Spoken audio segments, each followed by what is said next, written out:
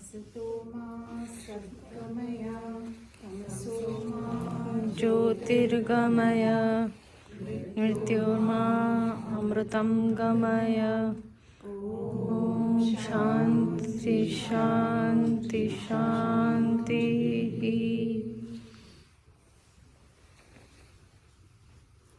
So today on this auspicious occasion when we are celebrating the birthday of Swamiji, I would take some time to read from passages from lectures on practical Vedanta. This was given by Swamiji. It is in the complete works of Swami Vivekananda, volume 2.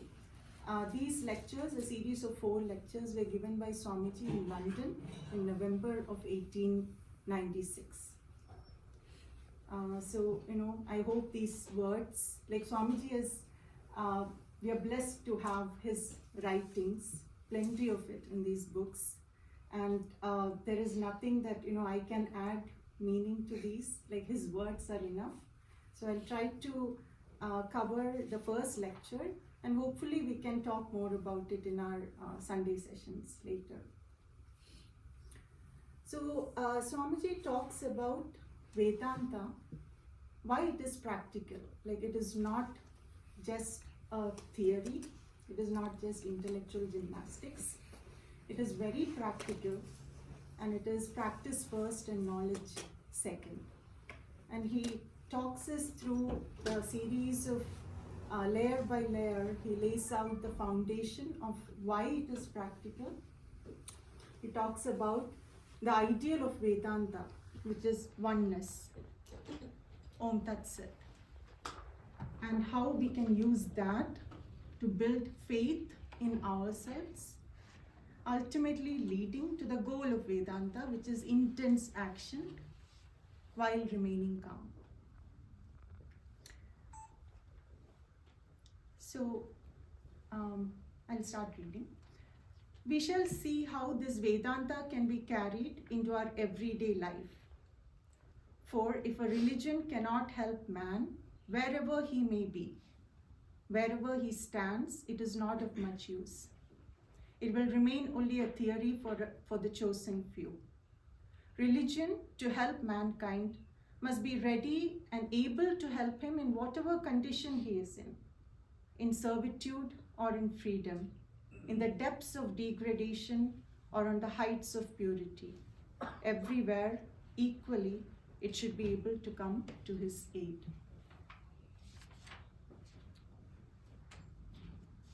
And on Vedanta being practical, Swamiji gives examples from Upanishad teachings, which came not from the sages who are in meditation in the forest, it came from rulers. He says, in various Upanishads we find that this Vedanta philosophy is not the outcome of meditation in the forest only, but that the very best parts of it were thought out and expressed by brains which were busiest in the everyday affairs of life. And we cannot conceive any man busier than an absolute monarch, a man who is ruling over millions of people. And yet, some of these rulers were deep thinkers.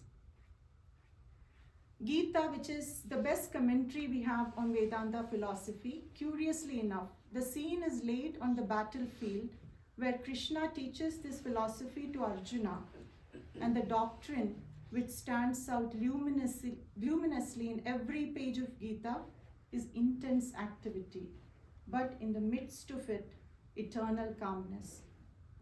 This is a secret of work, to attain which is the goal of Vedanta.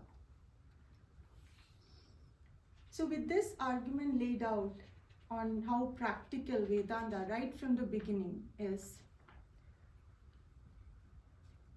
Swamiji talks about, let me start with what he talks about, what religion can teach us. What is there to be taught more in religion than the oneness of the universe and faith in one's self? So oneness of the universe and faith in one's self.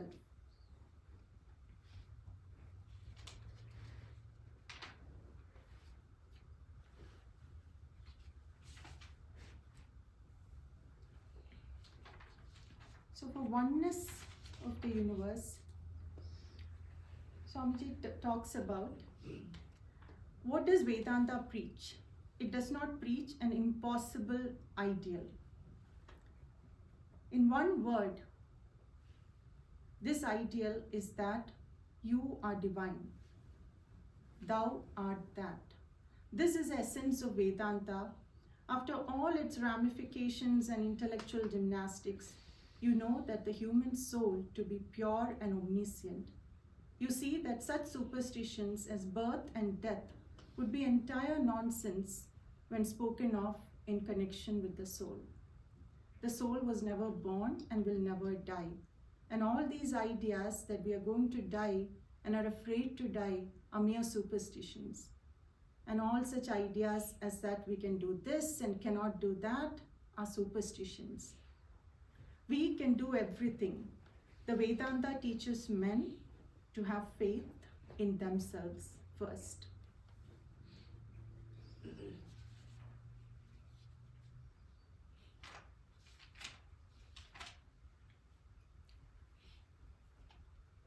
The idea of faith in ourselves is of the greatest help to us. If faith in ourselves had been more extensively taught and practiced, I'm sure a very large portion of the evils and miseries that we have would have vanished. Throughout the history of mankind, if any motive power has been more potent than another in the lives of all great men and women, it is that of faith in themselves. Born with the consciousness that they were to be great, they became great. Let a man go down as low as possible. There must come a time when out of sheer desperation he'll take an upward curve and will learn to have faith in himself. And this is something I'm sure we all have gone through in life. The difficulties of life show us that at some point we fight back, and that is when that faith in yourself comes about.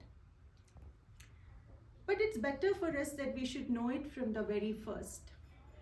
Why should we have all these bitter experiences in order to gain faith in ourselves?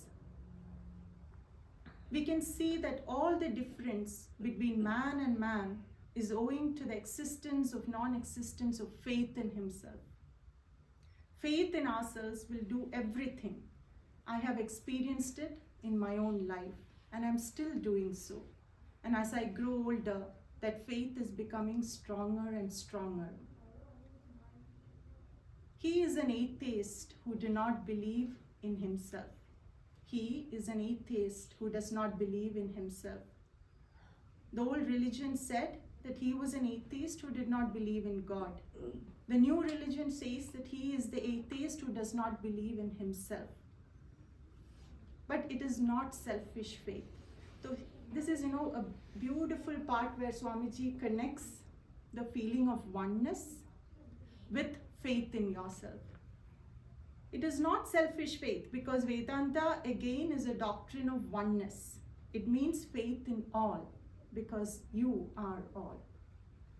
Love for yourself means love for all. Love for animals, love for everything, for you are all one.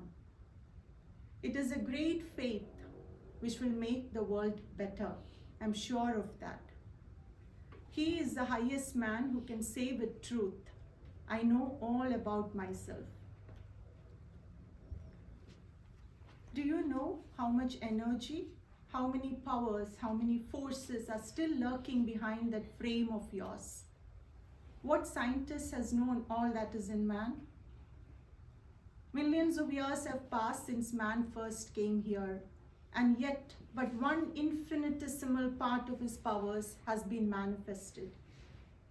Therefore, you must not say that you are weak. How do you know what possibilities lie behind that degradation on the surface?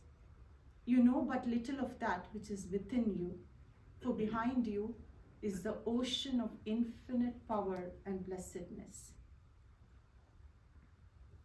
This Atman is first to be heard of. So he now goes on to give practical tips on how you can build that faith in oneself. So Atman is first to be heard of.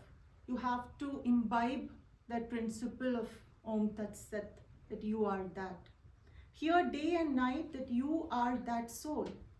Repeat it to yourselves day and night, till it enters into your very veins, till it tinkles in every drop of blood, till it is in your flesh and bone. Let the whole body be full of that one ideal. I am the birthless, the deathless, the blissful, the omniscient, the omnipotent, ever glorious soul. Think on it day and night. Think on it till it becomes part and parcel of your life. Meditate upon it, and out of that will come work. Out of the fullness of the heart, the mouth speaketh, and out of the fullness of the heart, the hand worketh also. Action will come. Fill yourself with idea. Whatever you do, think well on it. All your actions will be magnified, transformed, deified by the very power of the thought. If matter is powerful, thought is omnipotent. Bring this thought to bear upon your life. Fill yourselves with the thought of your almightiness, your majesty, and your glory. What is there to be taught more in religion than the oneness of the universe and the faith in oneself? Sapakaya cha dharmasya sarva dharmasya rupine avatar varishthaya Sri Ramakrishnaaya Namaha.